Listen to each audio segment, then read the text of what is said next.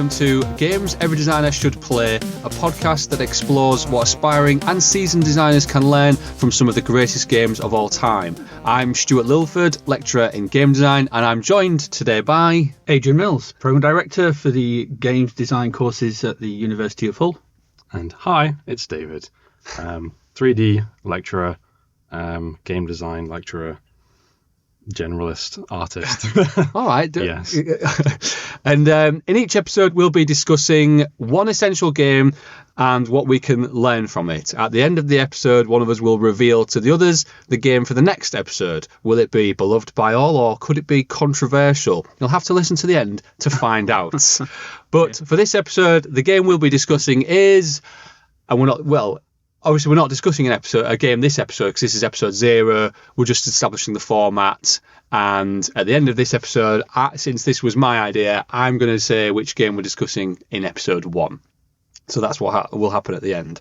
But for now, I think we should just kind of go around and introduce ourselves and what our experience, like why we got into game design and like why we're qualified to talk about games. So Adrian, since you're the most senior member of the trio, do you want to go first? So what got you into game design? Into game design of games. I mean, I've been playing games all my life. I'm old, and I trace my lineage back to Pong. Wow. I know. I mean, I knew you were old, but I am basically. Me and Pong came out the same year. I hit my release date though, so I was all right, you know. But no, I've been teaching game design for about 10 years now, just over 10 years, and I'm an independent game designer who I've got games released across sort of multiple platforms, and yeah, that's me. That's what I do, and like I said, I run the program director of the game courses here at Hull University. Do you want to plug your other podcast that you do? No. Why? Keep it separate. You're ashamed of that? No, I'm not ashamed of that sort of thing. I just think I'm a Ghostbusters ethos, which is don't cross the stream. Fair enough. Okay, David, Am I going next? Yeah, you go next. I mean, I feel a little bit less experienced compared to. You're the baby of the I'm group. the baby. I'm the child.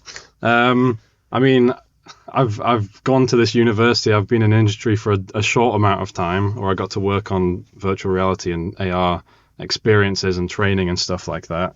I guess the fact I got headhunted maybe by the university, that kind of maybe speaks towards. You performed well as a student. Maybe that speaks towards my experience. In terms of how I got into games, I guess I've been playing games ever since I was a kid. My parents got me onto like educational games, like from a very young age. Yeah, I know, sounds weird, but can you remember any of those educational games? Oh God, it was really, really basic stuff, like sort of find and click stuff and like basic typing stuff like that. I remember Dora the Explorer was one of the.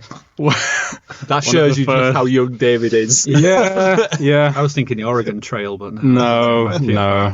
I think one of the first big games I played was maybe Morrowind that I had access to. Like that feels like one of the first big games. But yeah, I mean, I've tried a lot of different creative subjects. Like I've done smithing, woodworking, welding, stuff like that. But I think game design is the one area that lets me be the most creative and kind of play around with stuff the most in terms of just designing. So that's how I kind of got into game design. Yeah. Great. And for me, this is where you'll have to kind of rein me in because, as you know, I like to talk about myself a lot. So really, yeah, believe it or not. So one of my first experiences was playing Super Mario All Stars for the SNES. It was basically a HD remake of some of the original Mario games for the NES, but on the SNES. And I remember playing that and thinking, this is what I want to do. I want to make these things. And so basically every kind of decision around my educational choices was in order to lead me into doing that. So what I did at school and college and then university, studying game design. Around the time of finishing uni, I worked in quality assurance, so QA testing for Rare and Codemasters on games like Connect Sports and Operation Flashpoint Red River and Body Count when that came out.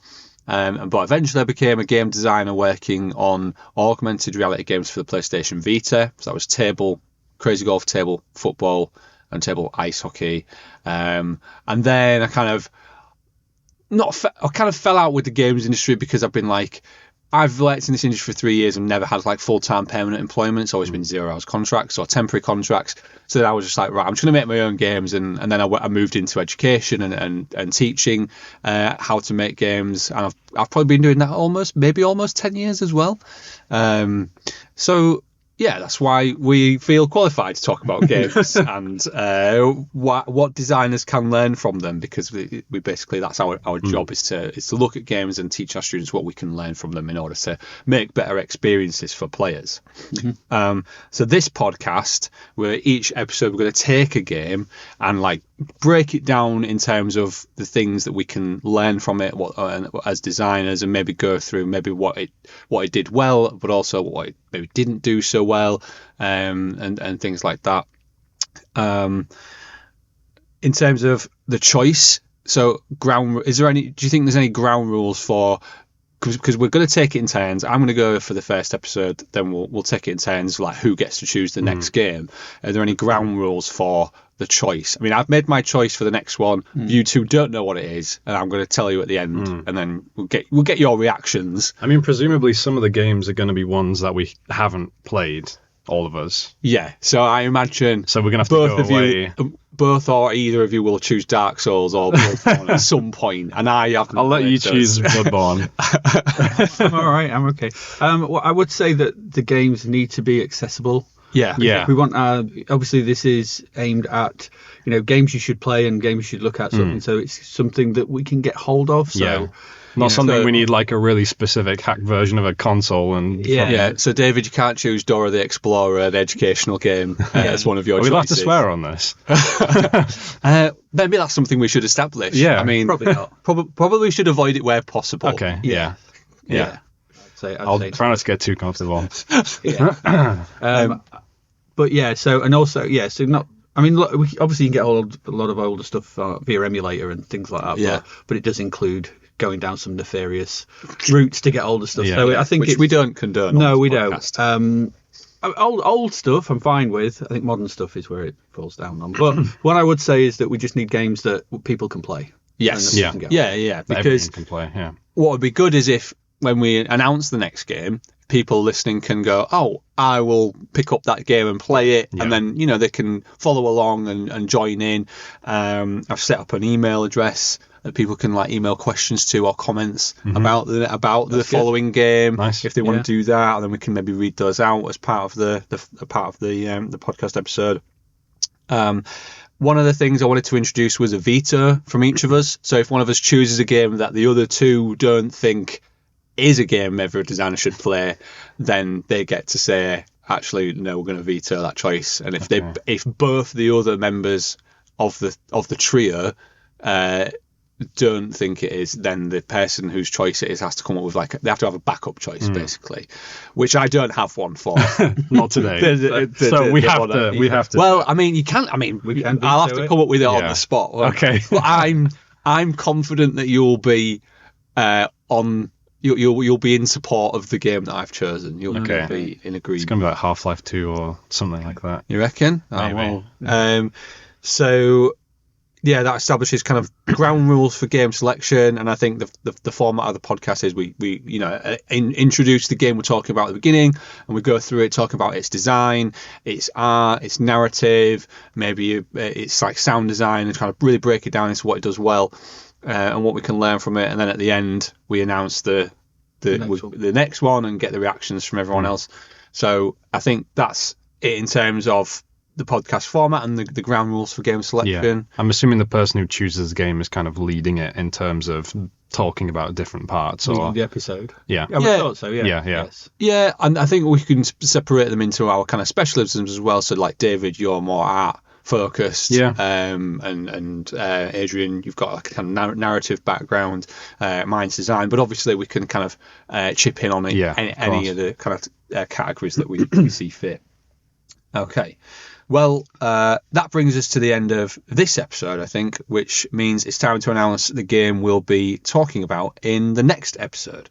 And the game, well, before I announce it, is any guesses? Have you got any guesses what it might be? Well, you always like to talk about Half-Life. Half-Life 2, I maybe was thinking Baby in the Bathtub Disaster. your own. You're referring to my my game Super Diarrhea Baby. That's the one, yeah. Which you can play online. All designers should play If you can spell diarrhea, that was one of the worst things about making that game, is that I had to type the word diarrhea What multiple else? times and really struggled. The Stanley Parable, something like that, maybe. You reckon? What was the one about the heist and the gem and the? Dr. Langeskov. Yeah. I do like that game. I don't know. All I know is it's probably not. Surprised anyone didn't It's play. probably not going to be. What was that one you worked on? Body count. It's not going to be that. That's what I'm gonna It's say, not one that not you've body done. count. I'm assuming. No, it's not a game that I've made. That would be very big-headed of me. Although not a bad idea for a future episode, maybe. Get the vetoes ready for that. The game we will be discussing on the next episode of Games Every Designer Should Play is Portal. Wait, so did I say Portal? You didn't I say said, Portal, but you said Half-Life 2, and you said Stanley Parable. I was thought, thinking Portal 2 in my head, and I didn't. Portal, Okay. the first one. yeah, I mean, I'm going. Well, this is it. What do we? I think just stick with Portal. Yeah, if we want to yeah. do Portal 2, we can go back to that. But I think for now, Portal I thought was a good choice for starters because I don't think anyone else is going to argue that isn't a game every designer should play, rather. Well, I would argue we probably play now Bacular Drop, but hey ho. No, but Portal's a good one. Yeah. Portal's good. Actually, I have a question. We're doing games that a gamer should play or whatever. Designer should play. Designer. Come on.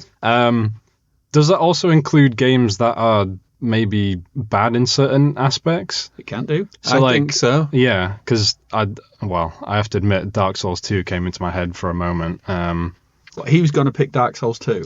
No, As as a game that maybe people should play, but just to see things that you maybe shouldn't do in a game. But Dark Souls 2 is great.